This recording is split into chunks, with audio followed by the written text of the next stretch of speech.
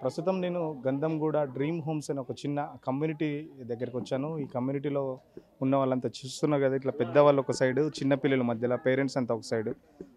గత వారం రోజుల నుంచి మాకు నిద్ర పట్టట్లేదు. హైడ్రా వచ్చి లేకపోతే మూసీ ప్రక్షాళన, మూసీ సుందరీకరణ పేరుతో మమ్మల్ని ఇబ్బందులకు గురి చేస్తున్నారని చెప్తాం. చిన్నపిల్లలు కూడా చూసిన వాళ్ళు చిన్న డ్రాయింగ్స్ వేశారు హోమ్స్కి సంబంధించి. అంటే వాళ్ళ ఇల్లులు కూల్చొద్దు అన్నట్టు వాళ్ళు చాలా కష్టపడి కట్టుకున్న ఇల్లు సేవ్ అవర్ హోమ్ అంటూ, సేవ్ అవర్ డ్రీమ్స్ అంటూ వాళ్ళు పెయింటింగ్స్ కూడా వేశారు. ఇక్కడ చూస్తున్నారు కదా, ఇక్కడ save our house and save hour dreams. అది ఇట్లా మొత్తం ఉన్న చిన్నపిల్లలంతా డ్రాయింగ్స్ వేస్తూ మొత్తం ఇక్కడ ప్లకార్డ్స్ లాగా పట్టుకొని వాళ్ళు షో చేస్తున్నారు. డిస్ట్రాయ్ చేయొద్దు హౌసెస్ని. మేము ఇన్ని ఇయర్స్ నుంచి కష్టపడ్డాం కదా, అందుకే. అంటే గవర్నమెంట్ చెప్తుంది కదా, మూసిని ఆనుకొని ఉన్న వాళ్ళని తీసేస్తాం, అక్రమం చేసుకొని కట్టిన వాళ్ళని చెప్పుంటారు కదా. అలా మేము కట్టింది వాళ్ళే పర్మిషన్ ఇచ్చి వాళ్ళే కూల్చొద్దు. It's unfair. ఏం చెప్తాం మరి రేవంత్ రెడ్డికి? కూల్చొద్దు అంతేనా? ఏం చెప్పవా? ఏం చెప్తారు? ఇప్పుడు మీరంతా కూల్స్తే మా పరిస్థితి ఏమవుతుంది? ఇప్పుడు మీరు మా ఇల్లు కూల్చేస్తే మా ఫ్యూచర్, మా ఎడ్యుకేషన్ అంతా పోయిద్ది కదా. ఇప్పుడు మేము ఏం చేయాలి? ఇప్పుడు మీరు కూల్ చేస్తారంటున్నారు. మేమే మా మమ్మీ డాడీ కష్టపడి, మా తాతగారు అందరూ కష్టపడి మేము ఈ ఇల్లు కొనుక్కున్నాం. దాంతో ఇప్పుడు మీరు కూల్ చేస్తారంటే ఎలా చెప్పండి మీరే? అందుకే వద్దు అని. వచ్చారా ఆఫీసర్లు ఎవరైనా కూల్ చేస్తామని ఏమైనా చెప్పారా, లేకపోతే ఎందుకు ఇంత టెన్షన్ పడుతున్నారు మీరు? మమ్మీ డాడీ రోజు నేను ఇప్పుడు చూస్తున్నాను, ఈ మధ్య చాలా వాళ్ళు టెన్షన్లో ఉన్నారు. దీని గురించే చాలా ఇప్పుడు కూల్చొద్దు, ఎలా చేయాలి, మేము ఏం చేయాలని మొత్తం వరి అవుతున్నారు. దాన్ని చూసి నాకు అర్థమవుతుంది. ఇప్పుడు ఎగ్జామ్స్ పీరియడ్ కదా, మీ మీద ఎట్లా ఉంది స్ట్రెస్, ఎట్లా ఉంది? పిల్లలంతా ఇప్పుడు ఇక్కడ ఏదో ప్రకార్డ్స్ పట్టుకొని ఇట్లా ఉన్నారు కదా, ఎగ్జామ్స్ ప్రిపేర్ అవుతున్నారా? అవును, నాకు రేపు ఎగ్జామ్ ఉంది. అయినా కానీ ఇప్పుడు మా ఇల్లు పరిస్థితి ఇలా అని నేను ఇక్కడికి వచ్చాను, ఎందుకంటే అదే ఇంపార్టెంట్. మా ఇప్పుడు ఇల్లు లేకపోతే ఇప్పుడు స్కూల్ ఎలా వెళ్తాం మేము? అందుకు फर्स्ट ऑफ ऑल ये लीगल हाउस है, इलीगल नहीं है, यू शुड ब्रेक इट. और everyone is my friends and you say कि we will break your house, you should go somewhere and live अलग जगह. Then how should we do it? And I will miss my friends, of course, and then our study system, it will be disturbed, and exams are also coming. Then what do you think about stress and everything? Save our homes and please do not destroy it, because we build it with our hard work, and it's not waste of our money, and we really want our homes. And please do not demolish it without any reason. So you want to develop any areas, you can develop in other areas, like innovate new ideas and do it. Do not destroy itself what you have. Don't destroy our homes. Beautify already which are beautiful and make it more beautiful. Don't destroy our homes just for one highway. There are many other highways you can make better, but don't destroy our homes. We have nowhere to go. We'll be homeless. We don't know where to go. Our education will get spoiled. When we come home, we are scared that the hydra might come and break our house. Where will we go? What is the about situation in your home? My parents are crying that they will break our home. Where will we go? Where we will stay? I don't know what satisfaction that CM will get. मतलब इतने मेहनत से मतलब खून से पसीना से घर बनाए, तो मेहनत से कहीं को तोड़ते नहीं मान लो. You don't know? Please don't destroy our homes. If you destroy our homes, what will happen to our future? ఇక్కడ 9 years నుంచి ఉంటున్నామండి. ఇక్కడ మేము మొత్తము 4 మెంబర్స్. తర్వాత అది కాకుండా 10-20 మంది ఒక పెద్ద ఉమ్మడి కుటుంబం కన్నా ఎక్కువగా కలిసిమెలిసి ఉంటున్నాం. ఒక ఇంట్లో సోదరుల కన్నా, ఆప్తమిత్రుల కన్నా, బంధువుల కన్నా ఎంత కలిసిమెలిసి ఉన్నాం. ఏ పండుగ వచ్చినా సరే అందరం కలిసికట్టుగా చేసుకునేవాళ్ళం. ఏ సమస్య వచ్చినా కూడా అందరం కలిసి చేసుకునేవాళ్ళం. అకస్మాత్తుగా ఒకప్పుడు, అంటే నా చిన్నప్పుడు 1971లో గండిపేట ఆరే బాగు, గండిపేట బాగు, గండిపేట బాగు అని అనేవాళ్ళు. ఏంటి అని అప్పుడే వెంటనే రేడియోలో ఒక వార్త వచ్చింది, అదంతా ఫాల్స్ న్యూస్ అని. ఇప్పుడేమొచ్చింది, ఇప్పుడు ఫాల్స్ న్యూస్ కాదు, హైడ్రా అరే బాగు, హైడ్రా అరే బాగు, హైడ్రా అరే బాగు అనేటువంటిది ఒకటి లక్షలాది మంది, కోట్లాది మందిని ప్రజలను భయభ్రాంతులను చేస్తుంది. నిద్ర లేకుండా అయిపోయాం, తిండి లేకుండా అసలు తిండి తింటున్నాము, నిద్రపోతున్నాము, ఏం చేస్తున్నాము, ఏం మాట్లాడుతున్నామో, ఎక్కడ పోతున్నాము, ఎప్పుడు ఏ ఆపద ముంచుకొస్తుంది అనేటువంటి భయభ్రాంతులమయ్యి చాలా దిక్కుతోచని పరిస్థితుల్లో అయోమయంలో పడిపోయాం.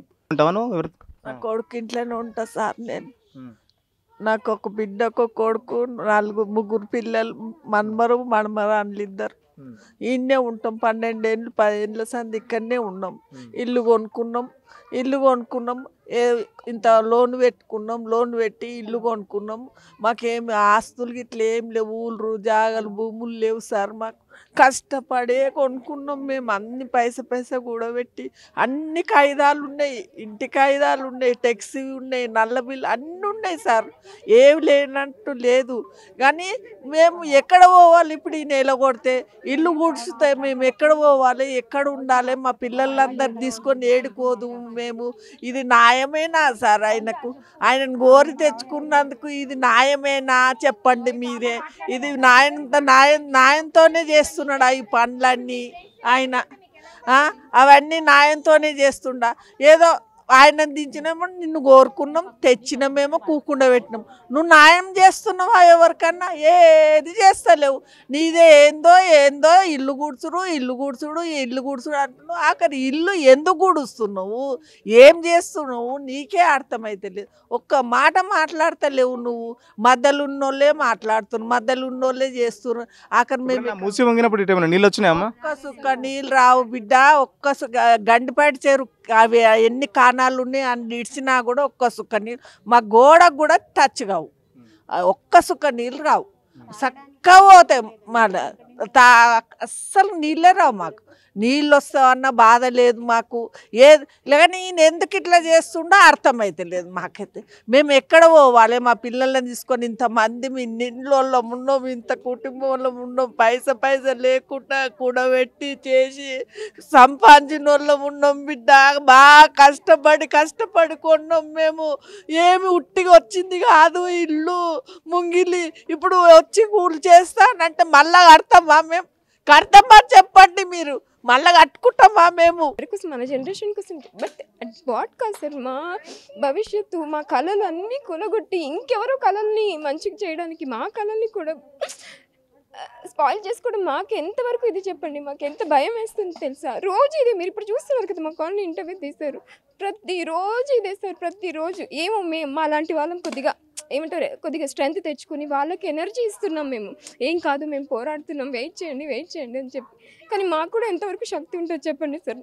మేము కూడా మనుషులమే కదా. ఎప్పుడో ఒక రోజు కూలిపోతే మమ్మల్ని ఎవరు ఇచ్చేస్తారు? నెక్స్ట్ వాళ్ళని ఎవరు మేము కాపాడుతాం చెప్పండి?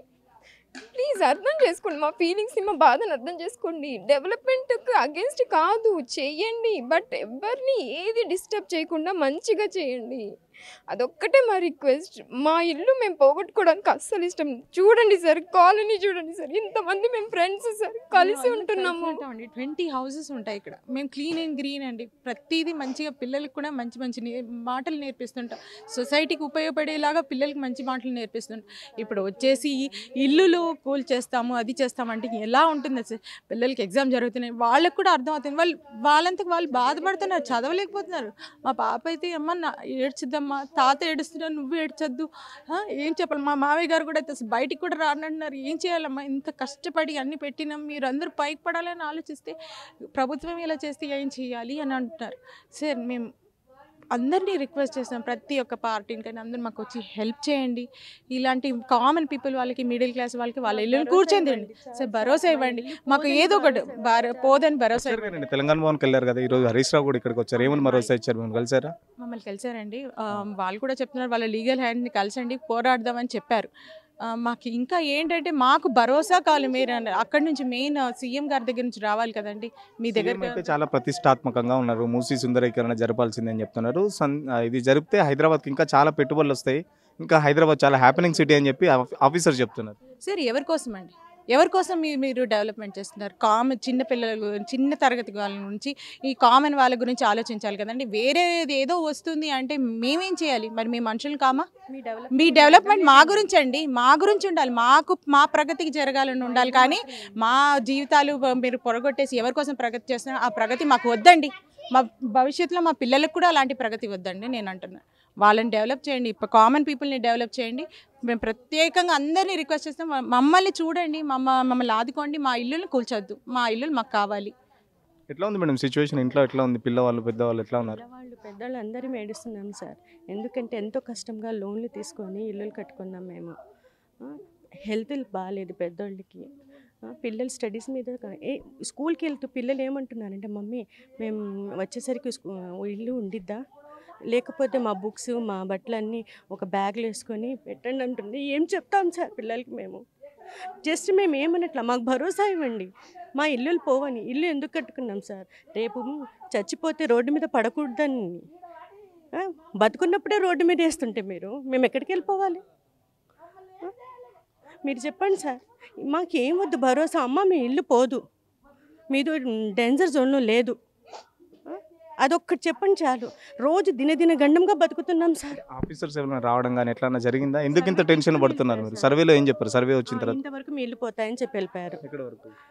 ఈ 6 houses పోతాయని. ఇటు 6 చాలా దూరం ఉంది కదా, గూడకు చాలా దూరం ఉంది. మా బిల్డర్ ఏం చెప్పాడంటే 10 meters వదిలేసి నేను కట్టాను అన్నాడు మాతో. అసలు మీరు డేంజర్ జోన్ కాదు కదా, మీకు ఏమవ్వదు అన్నాడు. అందుకనే కొనుక్కున్నాం మేము. అన్ని లీగల్ డాక్యుమెంట్స్ అన్నీ మా దగ్గర ఉన్నాయి. ఇప్పుడు మీరు వచ్చి 6 houses పోతాయి, ఇటు 12 houses, ఇంకేమున్నాయి 20 houses. ఇవి 12 houses పోతే ఏమన్నా? మేమంతా ఒక కుటుంబంలాగా బతికాము 13 years నుంచి. ఎనీ ఫంక్షన్, ఎనీ ఫెస్టివల్ అందరం కలిసి చేసుకున్నాం. అంతేగాని ఇక్కడ హిందూ ముస్లిమ్స్ అని ఏం లేదు. ఫ్రెండ్స్ మేము ఎలా కలిసి ఉంటాం తెలుసా? మేము ఒక ఎగ్జాంపుల్ సెట్ అయ్యాం సార్ వేరే కాలనీస్కి. ఈ కాలనీని చూసి నేర్చుకోవాలి, ఈ కాలనీలో సెలబ్రేట్ చేసుకోవాలి, ఈ కాలనీలో గ్రీనరీగా ఉండాలి. చూడండి సార్ మేము ఎంత కలిసిమెలిసి ఉంటాం. ఒక్కరోజు ఒక ఇష్యూ చిన్న వస్తుంటాయి, అది ప్రతి దీంట్లో ఉన్నది. బట్ ఏ రోజు పెద్దగా ఇది ఒకటి అన్నీ ఎంత బాగా కలిసిమెలిసి చేసుకుంటాం. మీరు ఒక్కసారి గణపతి అప్పుడు, న్యూ ఇయర్ అప్పుడు వచ్చి చూడండి సార్, మాకు కళనే ఉంటుంది పిల్లలది. పిల్లలంతా హ్యాపీ రంజాన్ అని తిరుగుతుంటారు. అలాంటి ప్లేస్ నుంచి వెళ్ళిపోమని మీరు ఏదో ఇస్తారంటే అక్కడ మా మంచాలు, మా డైనింగ్ టేబులే సరిపోదండి. ఆ చిన్న రూమ్ అది మాకు కాదు మీరు ఇచ్చింది, మీరు కబ్జా చేసుకున్న వాళ్ళకి ఇస్తున్నారు. అది వైట్ కార్డ్ వాళ్ళకి ఇస్తున్నారు మీరు, అది మాకు కాదు కదా. Why all the time middle class have to suffer? जितना मान सम्मान से ये हमारा स्वाभिमान है अपना घर, और उसको आप ऐसे छीन रहे हो किसी और को ब्यूटीफाई दिखाने के लिए. हम लोग मेहनत करते हैं, ईमानदारी का कमाया हुआ पैसा है. किसी पॉलिटिशियन की तरह ब्लैक मनी नहीं है. पकड़ना है तो dear expected CM, I am saying that first you catch those people who have passed these loans, who has given registration to our homes. We are educated, we don't know all this black money and politics things and all.